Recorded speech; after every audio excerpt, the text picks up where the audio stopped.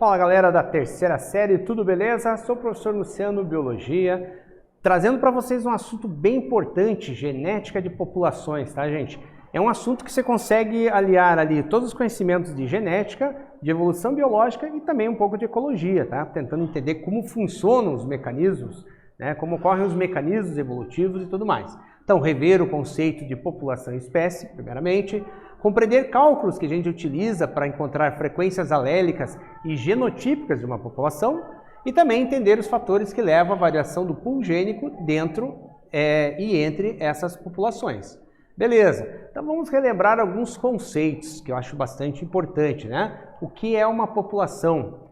É um conjunto de indivíduos de uma mesma espécie, né? Geralmente eles possuem um patrimônio genético muito igual, muito semelhante, que ocupam uma mesma área ou região num determinado local. Então esses seriam as espécies, uma população de um modo geral, tá? Relembrando esses conceitos, então o que é uma espécie? É um grupo de indivíduos que eles são semelhantes entre si biologicamente, né? De maneira anatômica, fisiológica, né?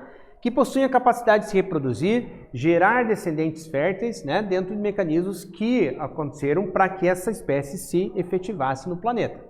Tá? E o que essa genética de populações estuda? Ela visa avaliar a distribuição e também as frequências dos alelos nas populações, bem como forças evolutivas que podem interferir, né, que podem atuar sobre essas populações, gerando, né, mudanças e variações. Então, por exemplo, assim, nós analisamos pela frequência, por exemplo, desse genótipo, azão-azão, azinho-azinho e azão-azinho, as frequências entre eles. Nesse exemplo aqui, o que nós temos? 2, 4, 6, 8, né? Indivíduos lá com genótipos diferentes, tá? Frequência genotípica. 3 entre 8 são azão-azão, tá? Colocamos ali 0,375. Nós pegamos lá azão-azinho, esses 3 azulzinhos, 3 sobre 8, 0,375. E apenas 2 azinhos, 2 sobre 8, 0,25. Então veja, gente, existe um papel extremamente importante da matemática fundamentando todo esse estudo. Beleza. Gente, tem uma reportagem, acho que bem bacana aqui, super interessante, falando da anemia falciforme, que é uma doença genética, é uma alteração, inclusive no formato, né, das hemácias, dos glóbulos vermelhos, em função de um gene específico ali. Anemia é remédio contra a malária na África, indica estudo. Veja bem, entre aspas, é um remédio contra a malária ali na África, tá? A constatação de que a anemia oferece maior proteção natural contra a malária nos levou a formular a interessante hipótese de que a prevalência generalizada do traço falciforme em pessoas com ascendência africana acaba sendo uma coisa que a gente chama tecnicamente de assinatura genética. Então, logicamente, quem tem o traço falciforme, nesse caso, teria uma maior proteção contra a malária. Então, vamos entender aqui, tá? Nós temos os genótipos, né, que vão determinar a anemia falciforme, tá? Nós temos aqui o HB, né, que seria a base ali com o azão em cima. Então, quando a gente tiver os dois azões, nós teríamos uma pessoa normal. Essa pessoa é suscetível à malária, tá? Nós temos o A e o S, então nós temos o traço falciforme, não necessariamente a anemia falciforme ainda instalada. Então ele tem uma vantagem adaptativa por apresentar tolerância à malária. E nós temos, quando tem os dois S, né, os dois genes S ali, anemia falciforme em si, que é incidência reduzida à malária, tá? Porém precisa de cuidados e atenção devido à questão da anemia. Então as pessoas que têm o chamado traço falciforme teriam uma vantagem nesse sentido. Tá? Aqui, para vocês entenderem, a hemácia normal e aqui a hemácia com a alteração, tornando lá, no caso, a falciforme. Né? Mudanças nas frequências dos alelos nas populações, tá, gente? Então vamos entender assim, o que pode levar a isso? Mutação e seleção natural, tá? Recombinação gênica, migração e deriva genética, são todos fatores evolutivos que impactam diretamente sobre as populações, as frequências. Então, por exemplo, assim, nós temos a frequência do gene azão em 0,3 e a frequência do gene azinho em 0,7. Depois de um certo tempo, numa próxima geração, nós temos a frequência de azão 0,6 aumentando e a frequência do azinho em 0,4 reduzindo, tá? Por que aconteceu isso, né? Pela própria características se formam ali. Por exemplo, os indivíduos com A maiúsculo, com azão, com gene dominante, apresentam a cor escura, que consegue se camuflar com a pedra ali, com a rocha, tá? E os azinho e azinho, que formavam a coloração branca, tinham maior destaque. Com isso, eles serviam de maior visibilidade para os predadores e, logicamente, foi diminuindo, né? Eles foram sendo comidos ali pelos predadores, diminuindo a frequência de indivíduos. Com isso, também reduziu a frequência do azinho nessa população. Mais ou menos para a gente entender como funciona, qual a ideia geral disso, né? Para pensar e praticar, então vamos a um primeiro exercício aqui, gente.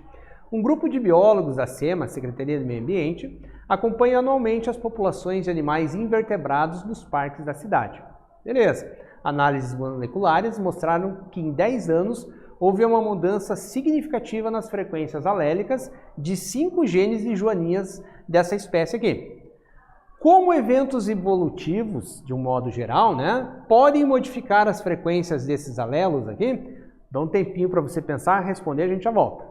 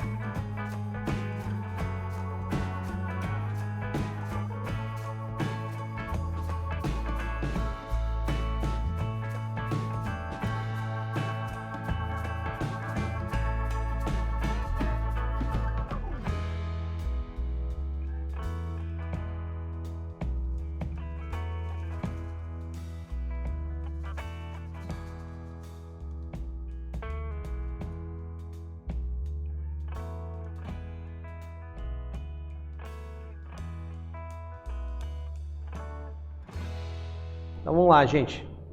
O foco da pergunta. Como eventos evolutivos, né, vão interferir, vão modificar as frequências desses alelos. Então vamos lá. Mutação e seleção natural, né? Novos alelos podem levar a melhor adaptação ao meio e seleção natural. Pode ter também outro fator, recombinação gênica. Novos arranjos genéticos podem alterar a frequência desses alelos, né, nessa população. Migração. Migrar durante a época de reprodução introduz novos alelos, ou seja, levar de um local para outro novos alelos, né, através de novos indivíduos. Né? E também a questão da deriva genética, mudança das frequências alélicas que ocorrem meramente ao acaso. Então são essa pressão evolutiva que pode ocorrer sobre a população. Análise de dados genéticos. Então vamos lá, gente, vamos entender aqui, ó.